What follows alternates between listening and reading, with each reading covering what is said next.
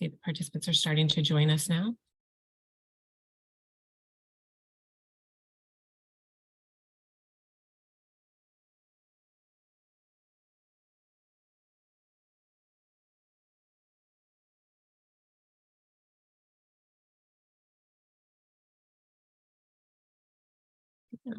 Hello, everyone. Thanks so much for joining us today. We'll give a few minutes before we get started as people start to join.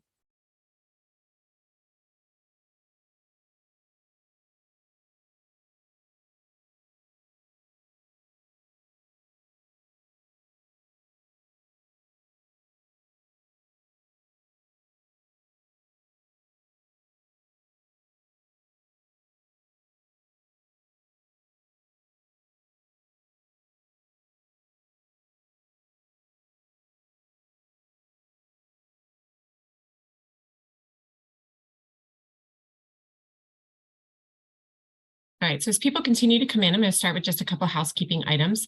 Thank you all so much for joining us today. We're really thrilled to have you here with us. We've got a great webinar planned. It's going to be a great conversation. So a couple of things that this webinar, all Women in Identity webinars are recorded. So this will be recorded and then shared on our YouTube channel. Be able to find it there along with the slides. And then we ask that everyone remain on mute, keep your cameras off. If you have a question, please put it in the chat box.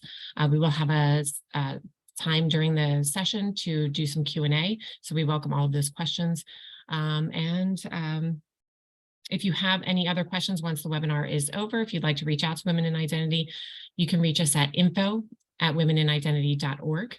And that information will be on the final slide of this deck. And we look forward to a great event. I am going to hand it over now to Emma. Thanks so much, Kate.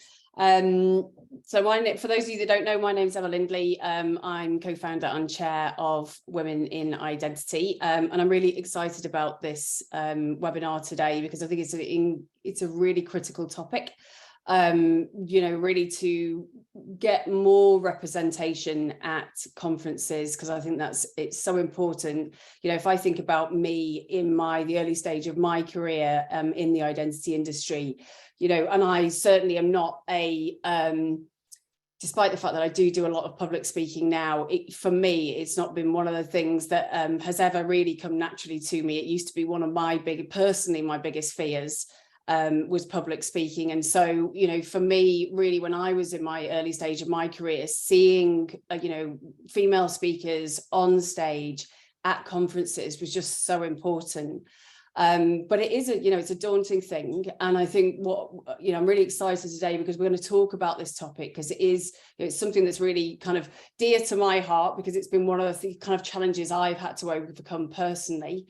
If we go to the next slide, I'm just going to talk about some of the stats in terms of the industry and just what the representation is like. So if I think about conferences that I go to today, there are definitely, more female speakers, but it's still not kind of at parity. And there's some stats here just in terms of 2019 report, just 1/3, 33% of all speakers were female and 66% were male. So we're still not there, but I think it is so critical to see people on stage, to see women on stage and go, wow, and also really believe that you can do it. And that's one of the things, as I say, personally, I found it something that I've really had to overcome.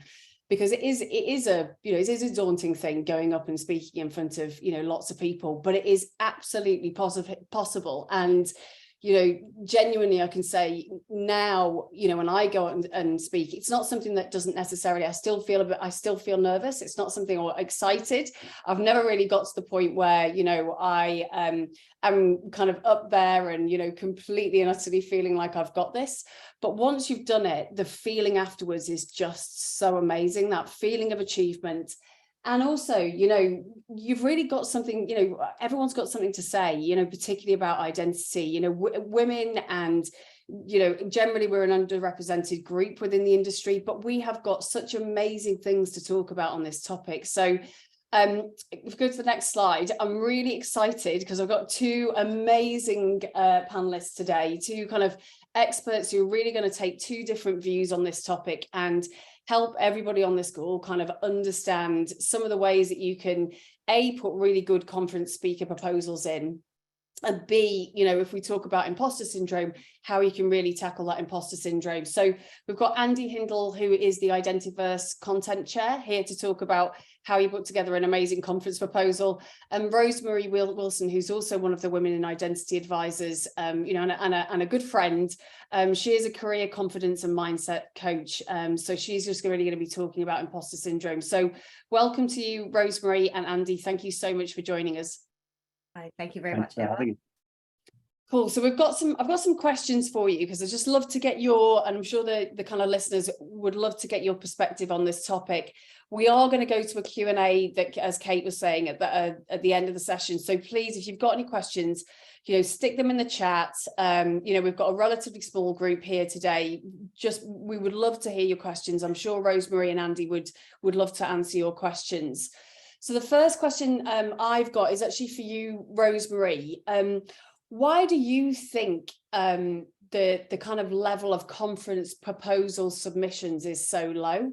Why do we see less women speaking at conferences? Why are there not as many submissions from women? What's your perspective on that?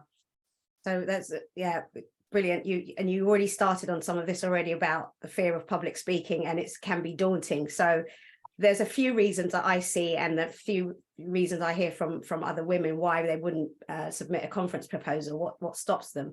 So the fear of public speaking, that's probably the top of the list. The idea of getting up there, sharing your story, your narrative, your expertise can be quite daunting. And some people don't even get past that, oh no, I could never do that. So they won't even consider submitting a proposal. So that is one of the number one reasons. But unfortunately, as women, we sometimes doubt ourselves so much that we forget about our amazing expertise, knowledge, and where we've come from, and the stories that we have.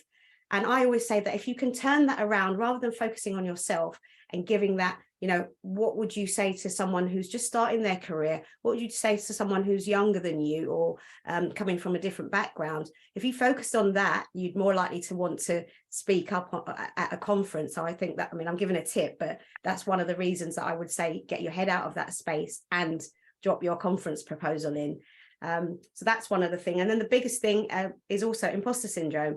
We don't feel that we have valid experience or expertise to share with other people, and then you've got to create a proposal, you've got to write the content. How is that important? So that's something that will stop us as well.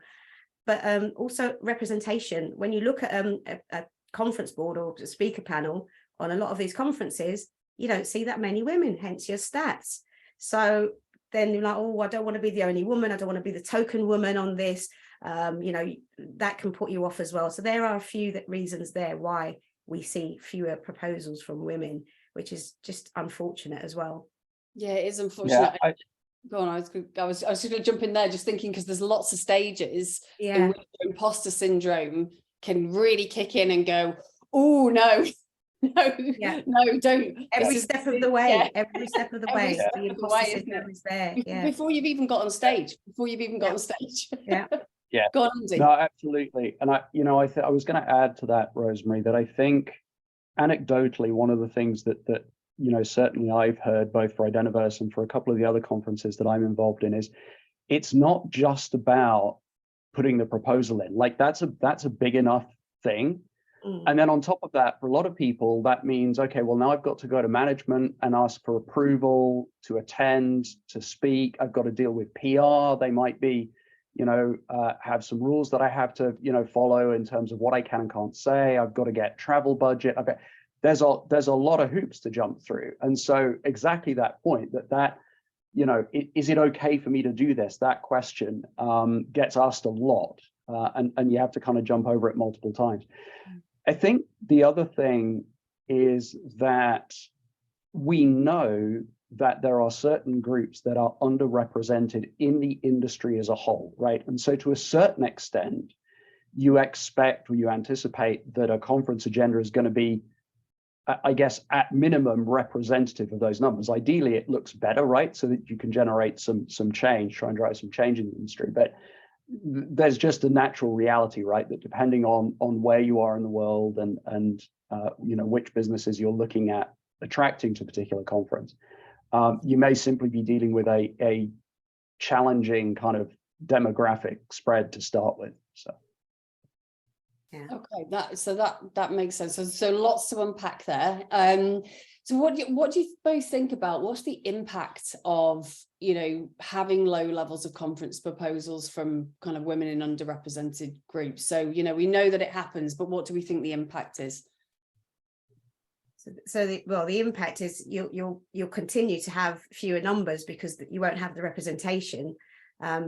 So if you see fewer women on the speaker agenda, or fewer underrepresented groups, it's less likely to want you to share your story down the line and your expertise down the line. So for the future, the impact is you might start seeing lower and lower numbers, and you'll have less diverse representation in conferences around identity, which is it's sad, because you obviously want this representation. You want to hear what's going on in that space for the underrepresented groups. So you think about the future impact, and yeah, we want to do what we can to kind of elevate groups, more women and underrepresented groups. So what do you think with that, Andi, as well? Yeah, so I agree with that, right? There's definitely a case to say, look, you know, the more that we're able to demonstrate, I guess, the end state that we would like the industry to be in, right, the more likely that is to happen over time. So that's tremendously important. And there are two reasons, I think, for me, why that's important, above and beyond the naturally sort of obvious reasons. The first is that, and there's lots of work, and I know, Em, you can quote kind of chapter and verse on this, but there's an awful lot of work about how diverse, inclusive teams make better decisions, produce better products, help customers better, right? So there's that. And then, and again, I know that, you know, Women in Identity have done some very particular work around the challenges of building inclusive products, particularly in the digital identity space. And that problem is only going to become, that requirement is only going to become greater over the next few years. So it's absolutely crucial to the industry that we have the right inclusive, diverse teams and voices helping to move the industry forward. And so for me, the you know, any conference in this space has a, you know, that feels like it has a role to play in helping to move the industry forward, has to be part of solving for that, right? To demonstrate, yeah, this is what an inclusive team looks like, and this is why. Yeah, I think so. And also I think, you know, I'm kind of going to harp back to kind of like when I used to look at, you know, women kind of talking, you know, people talking on stage, and just, you know, I'm thinking about some of the things, I was just reflecting then and thinking about some of the things that I used to kind of think and feel. And I can just remember going, oh, you know, there's no way I would be able to do that. Or, you know, there's so much more interesting than I am. You know, I would never have anything interesting to kind of say. And, you know, I think it's those sorts of things that will just put people off, you know, even from getting started, you know, they kind of go, oh, you know, it's something that I might like to do, but, you know, I would never actually get round to doing it.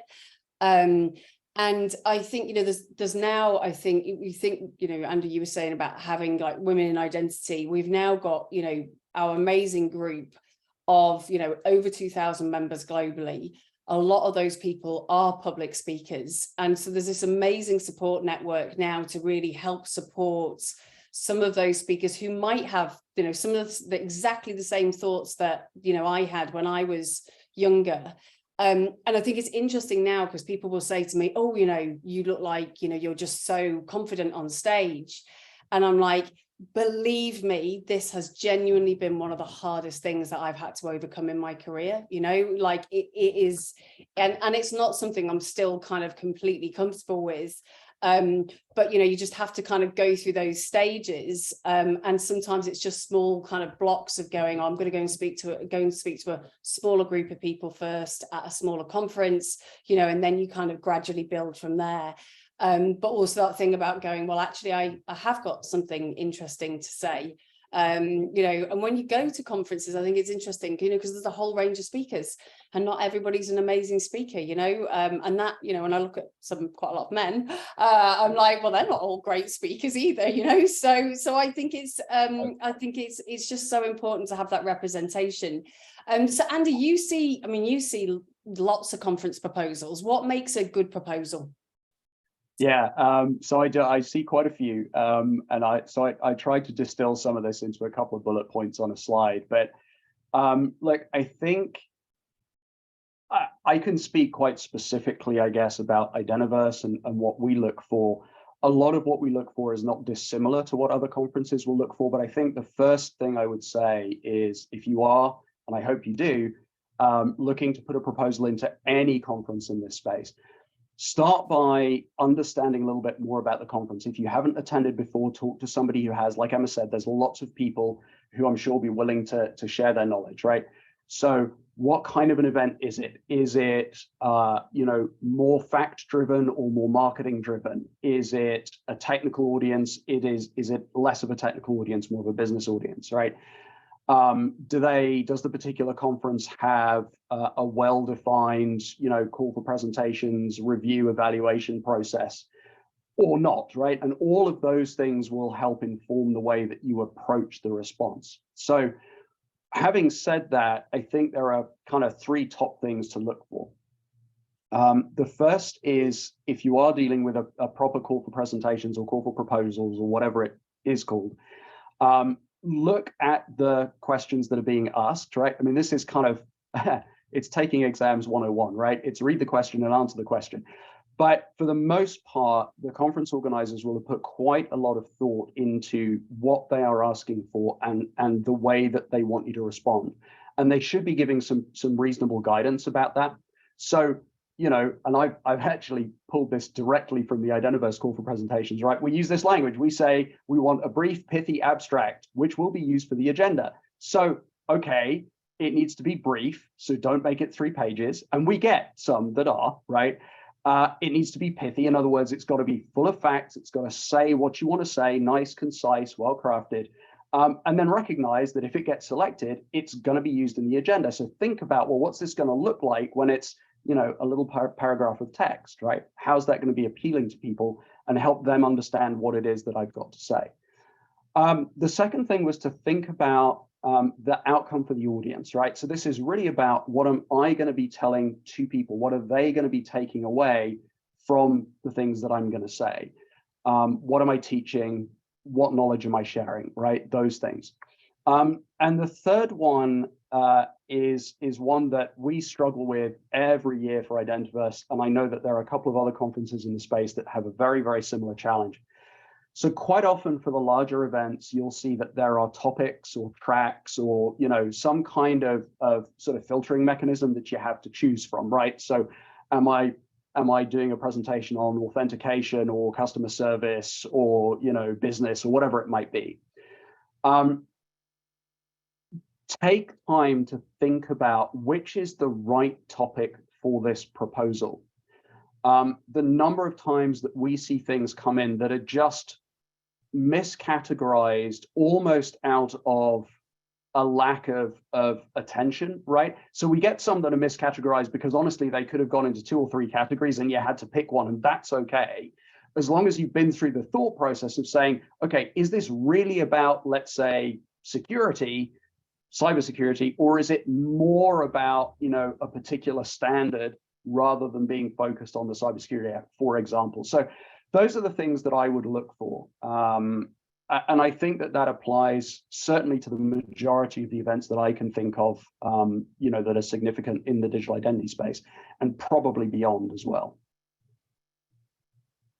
Okay, and so just, I mean, I'm just kind of listening to that and thinking, you know, there's quite a few stages, there's quite a lot of thinking, isn't there? And I think that's where trying to kind of get some help from somebody that might have put a conference proposal in before would be really helpful for someone that's doing it the first time around. Because it is a little bit, there's a little bit of an art to it, about how you kind of position things. So, it's, say, for example, I'm just thinking about ways in which people could help, get help. So perhaps as somebody who works in marketing in your company, people who are in marketing are usually pretty good at kind of like telling a story and, positioning things. So getting help from somebody who works in marketing, or potentially as well getting help from somebody that's perhaps done it before, and that might help people if they're thinking about putting a conference proposal together. What else? I mean, what else do you think conference organisers could do to help, Andy? Are there any other things that you think that conference organisers could do? Trying to put you on the spot here. Yeah. Well, webinars like this one hopefully will be helpful. I think, he said optimistically, but I think there are some things. There are some things that we've tried, certainly at Identiverse, and I know that again there are a couple of other events that I'm involved in where we've tried similar things, right? And some of them are things that the conference can try and do itself directly, and some of them are things that an event can do by working with the rest of the community. So let me start with that one, because it follows on, I think, from some of what you were saying, Emma, which is, yes, like this on this slide, all sound a bit thing. There are certainly some really big conferences. When you think about, if anyone's ever put a proposal into the RSA conference in the US, and a lot of pages to fill in, right? And they have to do that because it's such a big event. They get so many proposals, they've got to filter.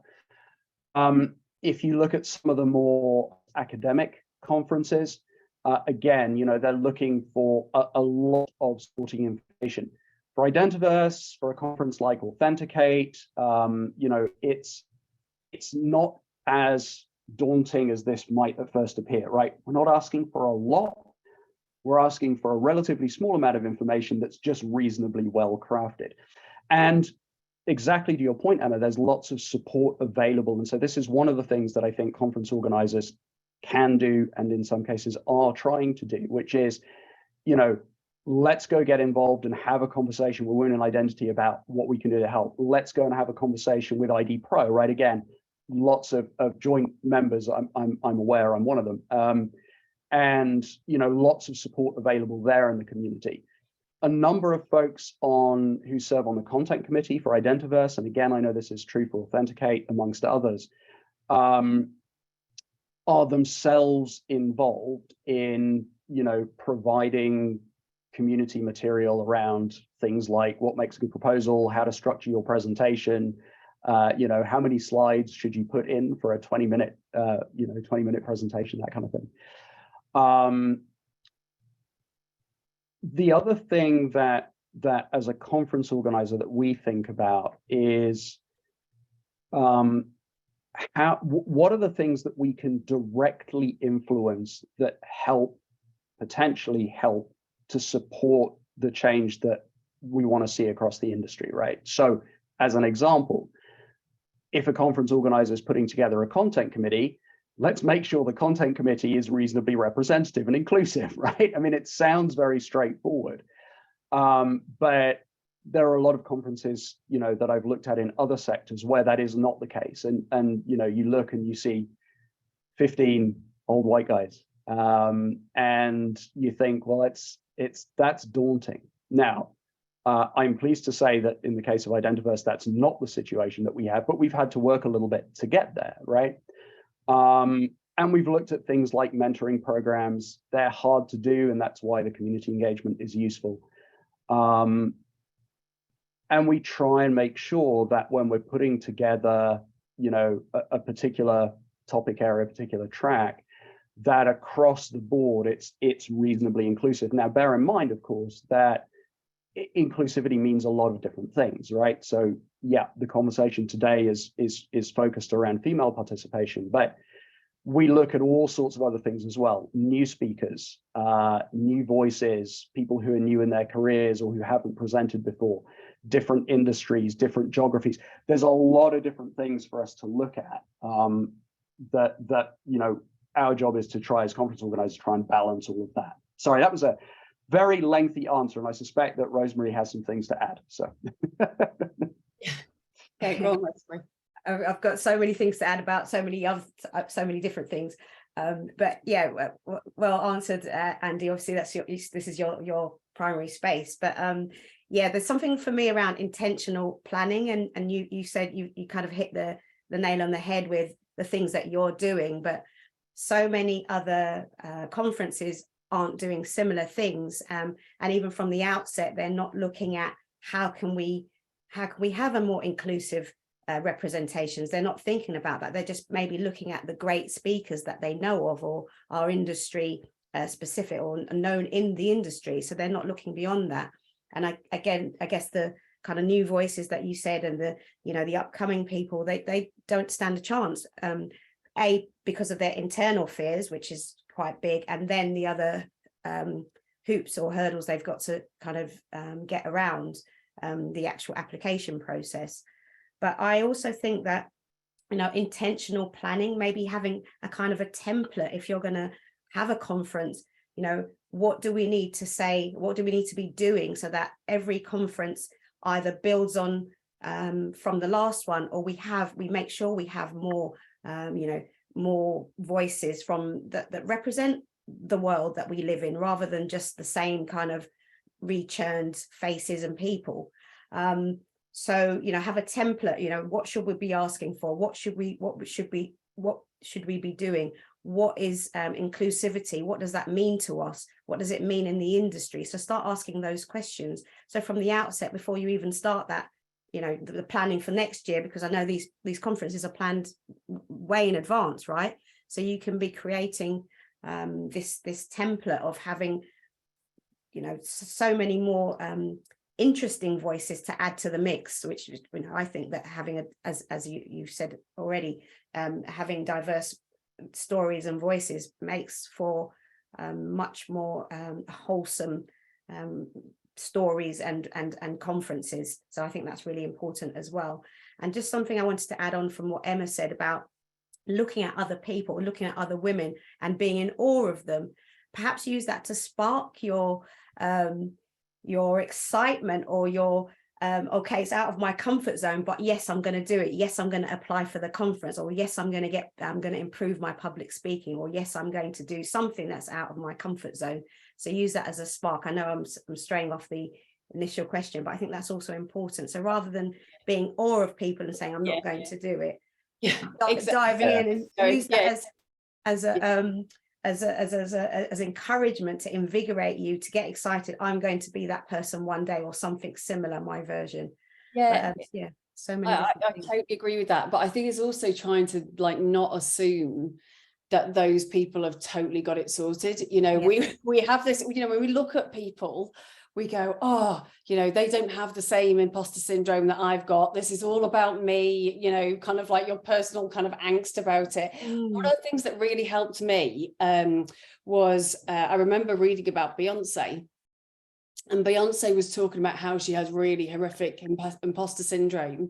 Yeah. And when she goes on stage, she created a character for herself, which is Sasha Fierce. And she's Sasha Fierce when she goes on stage. And honestly, I that was the complete leveler for me, because I was like, if Beyonce can have imposter syndrome, somebody that amazing, and she can still go and crack on and make it happen, I can do it as well, So to use your point, Rosemarie, I did exactly that. I was like, she can, she's so amazing, but she's still got imposter syndrome, but she still goes and does what she does. And I continually think about that, and it was one of the kind of tips I did with myself, was I would give myself, in the kind of early stage days of me doing public speaking, I would give myself almost like a persona, and I'd go, today I'm going to be so and so. I'd make up a name, and I'd be like, this person is super confident, they've got this nailed, and and that gave me, it almost like it was not fake it till you make it, but it was almost like I was trying to hack my brain, to go, you're a confident person just in that moment, just in that moment. And it really helped me. And the fact that Beyonce had to have a kind of persona made me go, Well, we're all kind of the same, aren't we? We're all just, you yeah. know. There is a little bit of get over yourself, you know. There is a bit, I totally There is, I know it sounds a bit mean, but get over No, yourself. Also, as I said earlier, to turn your attention to what you know that will help someone else.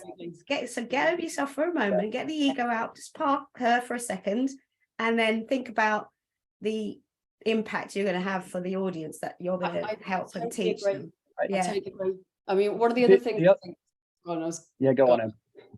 one of the other things I was going to say that again that kind of helped me was I remember saying to somebody, I've got all this angst about public speaking, like I really like it's my worst fear, and they just went, right, okay, so what do you think the audience wants you to fail?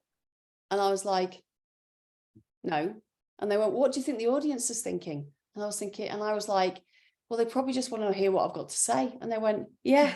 And again, it was just that, like, that moment of like realization that I went, oh yeah, they probably just want people aren't there waiting to see you fail. That's not what they've turned up. They've turned up to learn something. So you better, you just need to kind of get on and kind of share your knowledge, because we've got so much knowledge, Yeah, go on, Andi.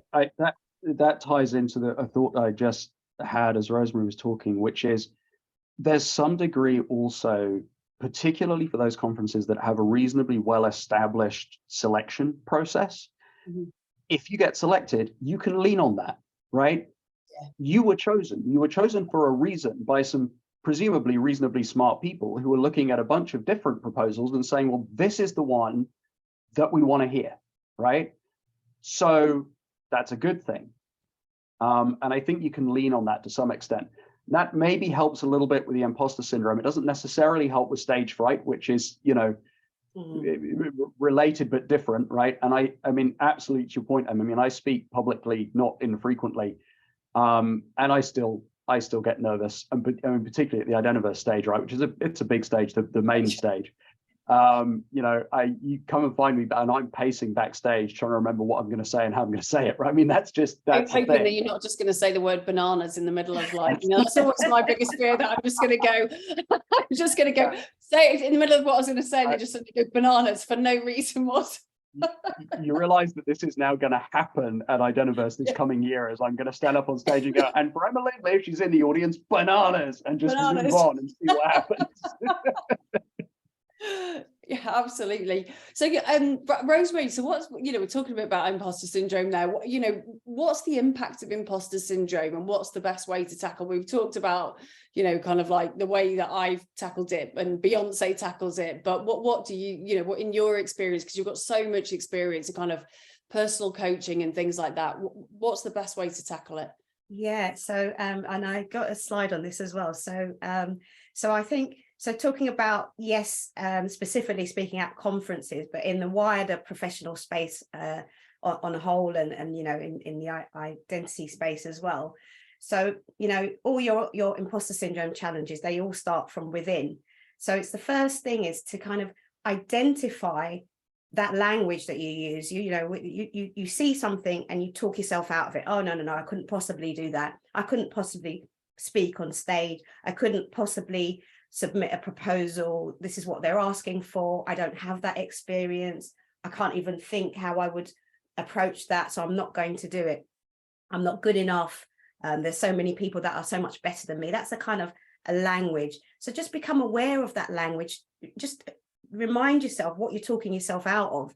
If the conference excited you to begin with, and then you've talked yourself down, then you're doing yourself a disservice, and you're doing the people that would want to hear from you, you're doing them a disservice as well. The public, the people that are out there, not sharing your story. So just become aware of how you talk yourself out of things. That's really important. Your self-doubt language. I can't do it. I could never speak in public. Oh no, that's not for me.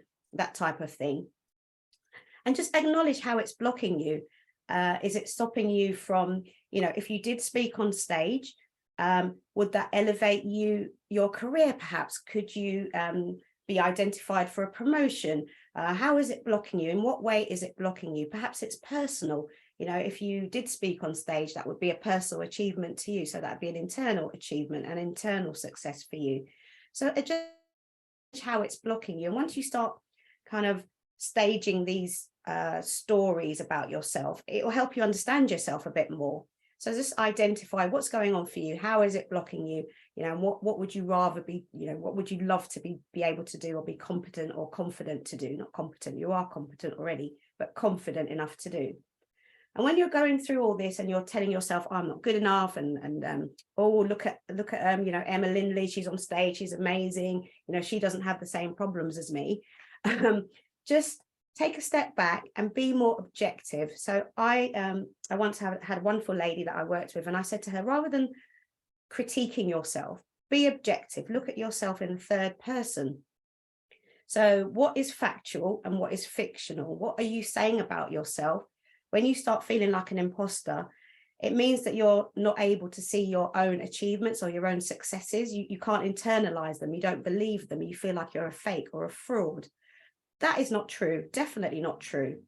So sit down with literally with a piece of paper headed fact, fiction, with a line down the middle. Write down what is factual. What have you achieved? And write down what is fictional. What are the fictional stories? Have you become a great storyteller of stuff that's not true? So the factual things will be tangible things that you've succeeded at in your organization, in your life, in your roles. And the fictional stuff, the stuff mainly will be in your head. I'm going to fail. I'm going to fall off the stage. I'm going to say bananas when I shouldn't be.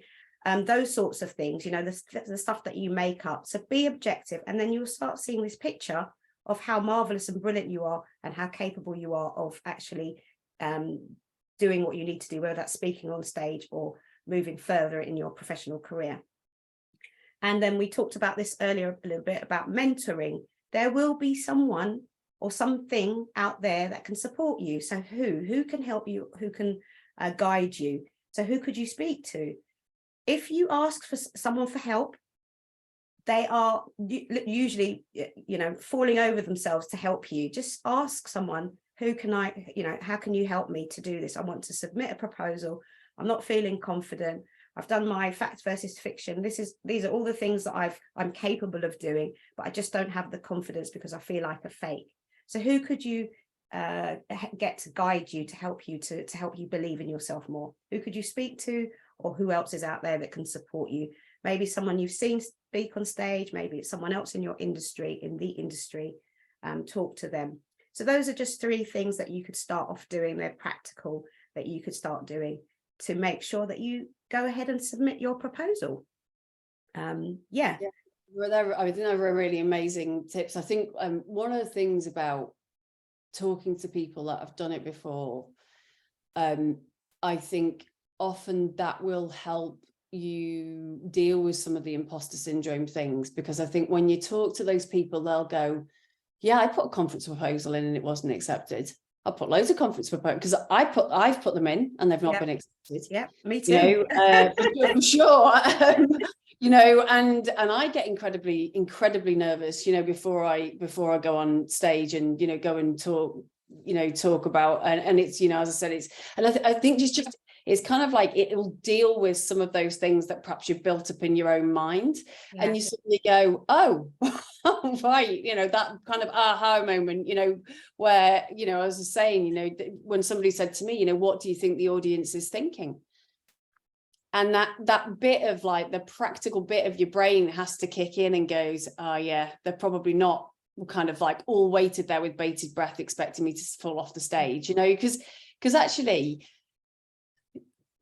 I think about when I go and watch people speak at conferences, if I saw somebody fall off the stage, I'd feel awful for them and it would make me feel bad, you know, so, you know, I think it's that thing of going like, what do you think people are thinking? Yeah. They want you to succeed. They want to go away. They want to learn something, you know, and they, you know, that's it really. That's all that people want. But you can end up with all of this whole like belief system in your mind that you've just made up. You know, just made up. Yeah. Literally belief systems made up. We're amazing storytellers. And I actually think it's great to get rejections. I know that sounds awful, but when I first got rejections, I was like, oh my God, I'm not good enough.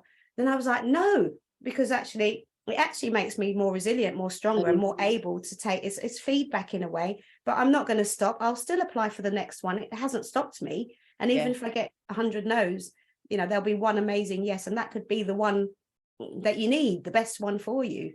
So I'd agree with that, Rosemary. And I think that there are two things that I end up saying every year, particularly around Identiverse, right? One is, you know, the content committee can only select from the proposals that we get. So by definition, if you don't put a proposal in, we absolutely can't select it, right? The flip side of that is there are no guarantees. There are lots of reasons why the committee will select different things. And it's not necessarily all to do with how brilliant this particular individual proposal was. It might simply be that it doesn't necessarily quite align with the overall flow of the other, you know, 160, 170 sessions that we've got for that particular year. And so your point, absolutely, Rosemary, which is, yeah, okay, didn't get selected. That's good, helps make me stronger. I did one, so that's a success. Now I can go and do another one. And always worth going back to the organizers and saying, hey, could I get some feedback on my proposal? Now, you might not get a lot, you might not even get anything, but it's worth asking the question, because you might just get, oh, look, we really liked it. There was this one thing which, you know, maybe if you put it in next year, you'd think about adjusting it this way, right? Yeah. It's always worth asking for that, you know, for that commentary. I wanted to add one other thing, if I may, which is, I think another thing to think about is you don't necessarily have to do this on your own. So particularly if it's the first time, you know, speaking, or if you know that you're that's something that concerns you a little bit, this idea of standing up in front of everyone and failing to say bananas. Consider putting in a joint proposal with somebody else. Even consider approaching someone who you think would help put a panel together, or making it known to people that you'd be interested in participating on the panel, right? There are other ways that you can, you know, start this journey and potentially get some help along the way by doing it with other people. So yeah, by doing it with somebody else. I think that's a great that's a great point. So what would you kind of what I want to do is just ask you one last question, then open for questions. So if anyone's got any questions, please drop them into the chat. We've got a few questions which I'm probably going to answer live. I'm going to type the answers in here. What would you give just, I'd be really interested to know what you both would hope for the future. I'm letting Rosemary go first. So, yeah, obviously, well, you know, 100% women on the stage? No. Many more, so, you know, parity, so 50-50 if we're talking in terms of gender, or, you know, binary and gender. If we are talking just generally inclusivity, then I'd obviously want the conferences to be more accessible. So go out to different areas, collaborate with people. If you can't access those people yourself, who do you know? What groups do you know? Where can this be posted? Where can this be shared? Who can this be sent to get more inclusivity on the speaker boards, or you know, the speaker agenda? Mm-hmm. So I would love to see, you know, in the future, that I don't look at, because sometimes I cringe when I look at speaker agendas. I just cringe, like, come on, you know. And I know it's not all visible, but you know, visibly, let's start. Let's get a bit more, you know, differences on the speaker agenda as well. Because that's what I'd love to see more, and more diverse stories as well down the line, so that we can make a bigger impact in the identity space as well. Yeah, for sure. And, you know, to have our kind of mantra at Women in Identity, you know, it's like for all, by all, you know, humanity is extremely diverse. We're building systems for humanity, you know, it's extremely diverse. And so, you know, we do need to have, though, everybody talking about this, you know, because from our industry, because it affects all of us. So, yeah. Andi, do you want to kind of, what would be your hopes for the future? Yeah, I think unsurprisingly, I'm going to say very much, the things that you both have just said, right? So I think I short term would love to see for this year's, CFP for Identiverse, I'd love to see a greater diversity of proposals coming in from a broader selection of potential speakers. I'd love to see community efforts like this and some of the work that's going on with ID Pro and with other organizations around the world really start to move along, right? So that there's more peer support, more peer mentoring, more community support, all of those things. I'm optimistic, right? Like, having been watching this and trying to help move it along for a little while, I'm optimistic that there's significant progress. I think one thing we haven't talked about, and another thing that I'd really like to see, and I've seen some evidence of this, I'd just like to see more of it, is I think there's an opportunity for people to help others here. So I look, for example, there's probably a handful of male presenters who are regulars at Identiverse, who, now that they're established, make it a routine practice that when they put a proposal in, they do a joint proposal with somebody that's female on their team, right? I'd love to see a little bit more of that happening as well. There's an opportunity to help move people up. And frankly, the same goes for, for women presenters who are well established. That's great. Put the proposal in, put it in with somebody else, bring somebody else along. Don't do the bait and switch, because conference organizers really don't like that, but absolutely bring somebody along, support them.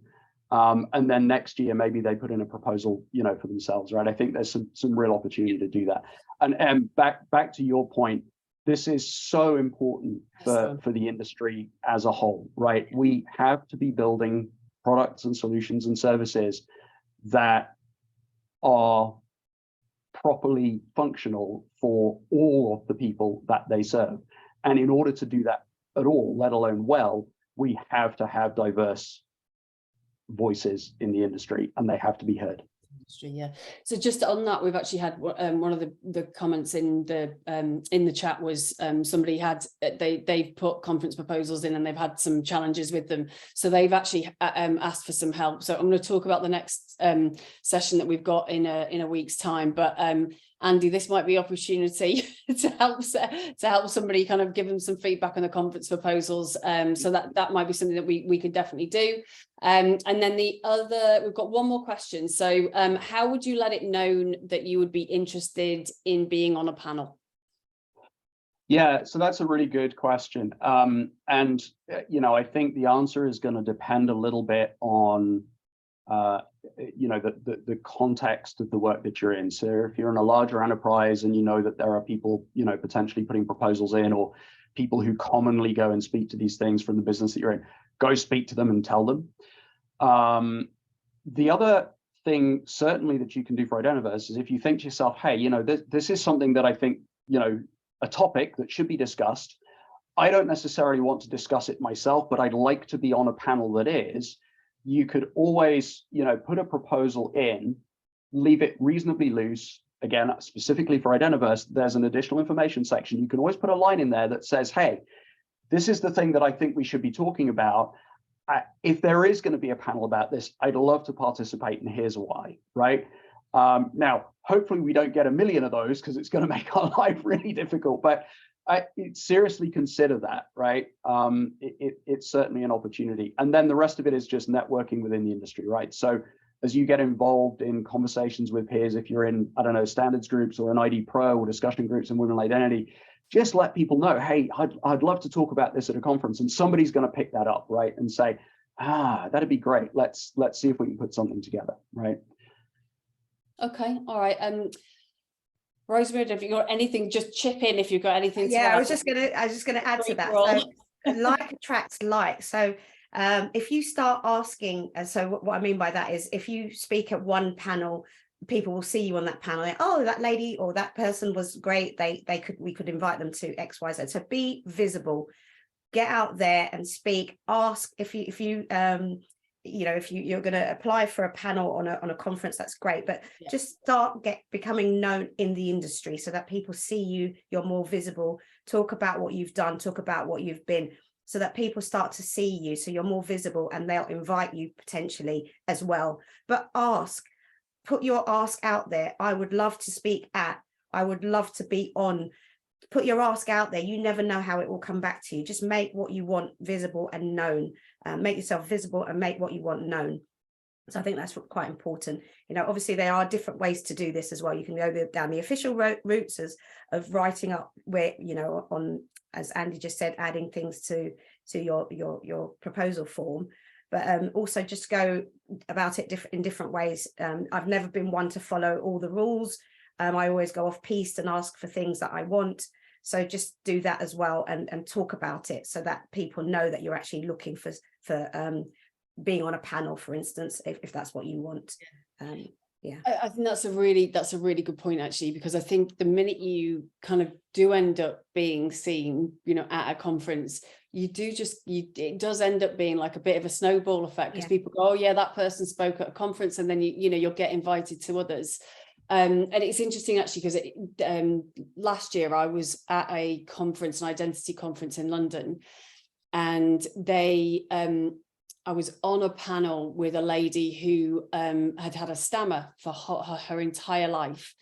And it was an incredible privilege for me, because it was her first speaking slot, and I was moderating this panel, and she was like, look, I need to tell you that I've had a really bad stammer my entire life. And this is like, this is the first time I've kind of, done public speaking.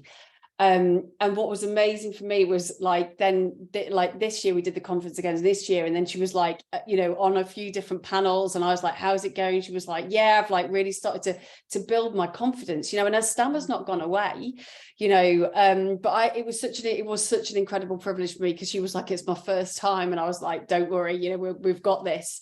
But the fact that she's like, yeah, I'm getting asked to speak loads more now, and it was just, for me, it was just great to see that, because she was obviously really anxious about it, but now she's actually getting more, to your point, she's getting more opportunities. Right, I'm just going to do a couple more questions, and then we're going to kind of wrap up. So I've got another question here. Is it encouraged or discouraged to put in more than one conference proposal for the same conference? Yeah. So again, this depends a little bit on the conference. Some are very clear and they say we'll only accept one. Most are quite happy to get multiple proposals. I would suggest, not putting a lot in, like 2 or 3, fine. I wouldn't go so far as to put 6 or 7. I know people who do. The other thing to watch for is that some conferences are, strict isn't the right word, but they pay attention to, is this material that's been presented before or not? So again, most of that information will be in the guidance for the particular conference. And I just wanted quickly, and before you go to one of the other questions, to pick up an observation that somebody's made in chat, which is something that I missed off my tips for conference proposal slides. So thank you for reminding me, which is some conferences have themes or kind of primary topics for a particular year. Always worth bearing that in mind when you're putting the proposal in. And again, different conferences approach this differently. Some are really kind of in a box about this is the only sort of area we're talking about this year. And others, and Identiverse falls into this second category, are a little bit less prescriptive, right? But absolutely worth bearing in mind. Okay, cool. There's lots of questions are flowing in now. What's the process that Identiverse goes through when selecting proposals? Andi, specifically for you, I think. What does the selection committee do? And who's on the committee? Yeah, I'm tempted to give this one a facetious answer, but I won't. I'll give it the proper, serious, considered answer that, frankly, it deserves. It's a really good question. So the committee is public. Those names are all up on the Identiverse website. They change from year to year a little bit. Some of those folks have been with us for a fairly long time. Essentially, the process is once we get all the proposals through, we divvy those up into particular topic areas. We go through a process of looking at those proposals and essentially grading them based on, you know, is it good? Is it talking about something that looks sensible, that fits into the overall agenda, that touches on, you know, the areas that we think are important as a committee for this particular year? We look a little bit at the presenter's background. You know, do they have the knowledge that's going to make them kind of, you know, competent to talk about this particular thing? That tends to be more relevant for the technical areas more than anything else. And then there's actually a blog which I published some years ago. We're about to repost sometime in the next few weeks, which talks about, once we've done that, we then look at the whole thing as a piece and try and go, okay, well, let's make sure we haven't got too much topical overlap from one area to another, right? And there's a reality that for some things we get way more proposals basically on the same topic than we can possibly cover. And then we've just got to look and make sure that we balance the agenda appropriately against a whole range of different factors.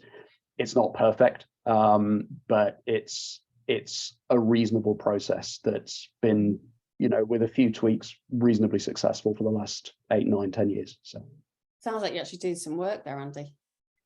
a little bit. So one last, yeah, go on. Go ahead. I've got one last question. I'm actually going to ask Rosemarie this question, and then we're going to wrap up.